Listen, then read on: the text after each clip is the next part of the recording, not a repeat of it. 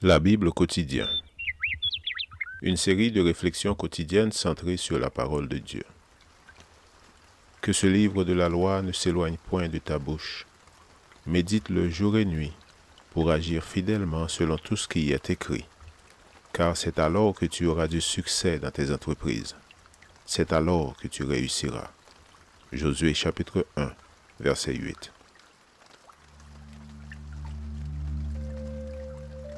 Aujourd'hui, le 11 novembre, le premier et le plus grand des pécheurs. Jérusalem a multiplié ses péchés. C'est pourquoi elle est devenue impure. Tout ce qui la glorifiait la méprise, en voyant sa nudité.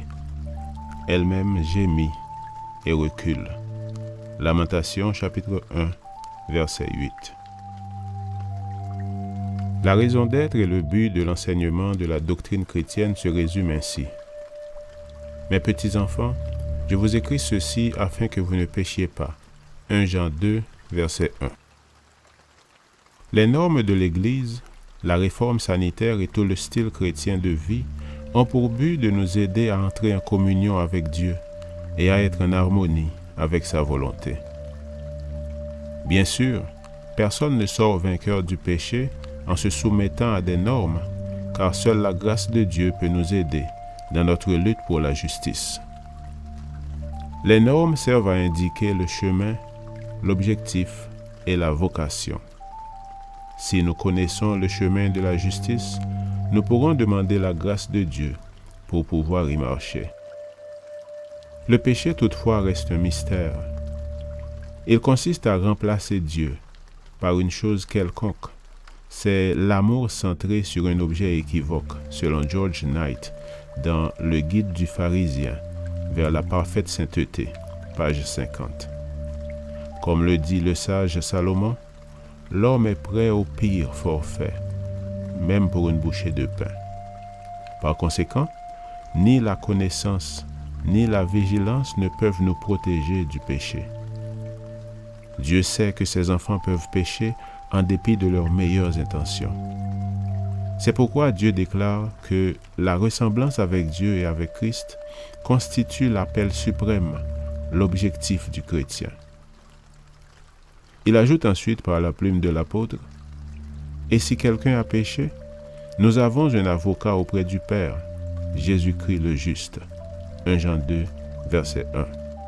C'est pourquoi Paul, disposé à mourir au lieu de pécher en connaissance de cause, déclare « C'est une parole certaine et digne d'être entièrement reçue, que le Christ Jésus est venu dans le monde pour sauver les pécheurs, dont moi, je suis le premier. » 1 Timothée chapitre 1, verset 15.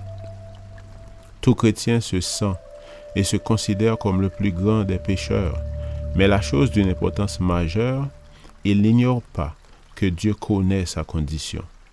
Dieu sait que nous sommes poussière, que le meilleur des êtres humains a un problème archi grave parce que le péché est dans ses membres.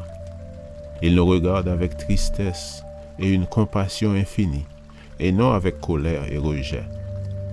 C'était l'unique consolation pour la honte de Jérusalem, et l'unique solution pour son péché est le seul remède pour nous aujourd'hui, quand nous découvrons avec honte et douleur que nous avons péché. Venez et plaidons, dit l'Éternel. Si vos péchés sont comme le cramoisi, ils deviendront blancs comme la neige. S'ils sont rouges comme la pourpre, ils deviendront comme la laine. Si vous avez de la bonne volonté et si vous êtes docile, vous mangerez les meilleures productions du pays. Ésaïe chapitre 1, versets 18 et 19. Lecture de la Bible pour aujourd'hui dans l'Ancien Testament, Lamentation chapitre 1 et 2, et dans le Nouveau Testament, 2 Corinthiens chapitre 11 et 12. Merci d'avoir écouté. Je vous souhaite de passer une excellente journée avec Jésus. À la prochaine!